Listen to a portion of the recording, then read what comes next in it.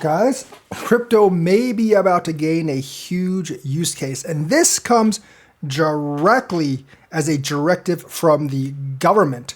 So it could be a little bit more serious, and they are directing Fannie Mae and Freddie Mac to actually accept crypto for mortgages.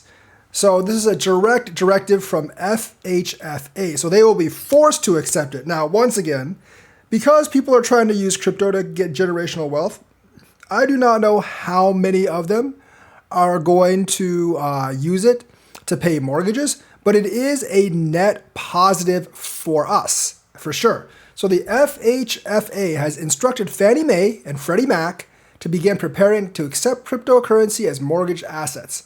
Director William Polt framed the move as aligning with a broader vision of the Trump administration. The order sparked mixed reactions, with praise for innovation and criticism over restrictions on self-custody. So, obviously, a lot of people want to buy houses, multi-trillion-dollar business in the United States. If you give crypto like this use case, it definitely can be something big. However, my guess is they're doing this because they want people to be able to use stable coins, as in USDC and USDT, in order for them to actually pay for houses. I think that's the main goal. But, you can probably use other cryptos as well, like Bitcoin. Now, are they going to tell Fannie Mae and Freddie Mac to basically accept Fartcoin for their mortgages? Most likely not, because that would just be insane. But the government has been known to do insane things before. So we'll have to see how this comes out, but this is a big, big step into crypto utility. So the U.S. housing market is bracing for a potential shakeup by the crypto industry. On Wednesday, the Federal Housing Finance Agency ordered Fannie Mae and Freddie Mac to begin preparing to accept crypto as a form of mortgage-related payment. The directive, announced on X by FHFA Director William Polt, marks the first major move to incorporate digital assets into the federal mortgage system. Fannie Mae and Freddie Mac are U.S. government-backed firms that buy mortgages from lenders, package them into securities, and guarantee payments to investors. So very, very nice, Fannie Mae, Freddie Mac. So I know some of you will remember Fannie Mae and Freddie Mac as two of the main culprits for '08, and you are absolutely right. Fannie Mae and Freddie Mac were the ones with the toxic subprime mortgages, infamously. I was already an adult back then, and I was living probably 4 or 5 miles away from where I currently live right now. So I remember that clearly.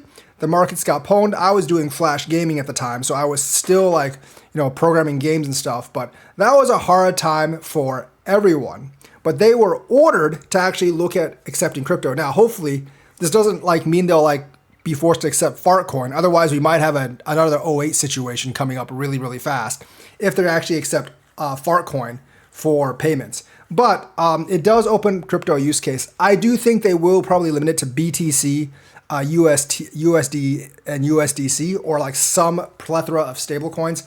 I think the Trump administration is just trying to inject more liquidity into the markets than there is right now. And this is a great way to do it. So they're trying to get Fannie Mae and Freddie Mac to consider more types of borrower assets, such as crypto, and could help them better evaluate loan risk and expand access to homeownership or qualified borrowers. I think they'll have to have several 100% collateral unless you're putting down USDT or USDC. Even if you're doing Bitcoin, to secure the loan, I would probably have you at least put down 150% collateral, if not more. Because we've seen how much Bitcoin can actually basically be volatile within a year. And obviously, needless to say for altcoins can even be more volatile than Bitcoin. So Fannie Mae and Freddie Mac are now tasked with determining how crypto can be treated as a qualifying asset. Polt did not specify which cryptos would be accepted. Reactions on X were mixed. Some people are saying it's a win for the industry because it is actually being recognized as a reserve asset by the U.S. housing system. And of course, others are criticizing it because this thing does actually require that crypto be held on centralized exchanges and not self-custody wallets. I guess they kind of want some kind of KYC AML if you're going to do this, because it's kind of dangerous if you don't have KYC AML if you don't do this. So I can actually understand that.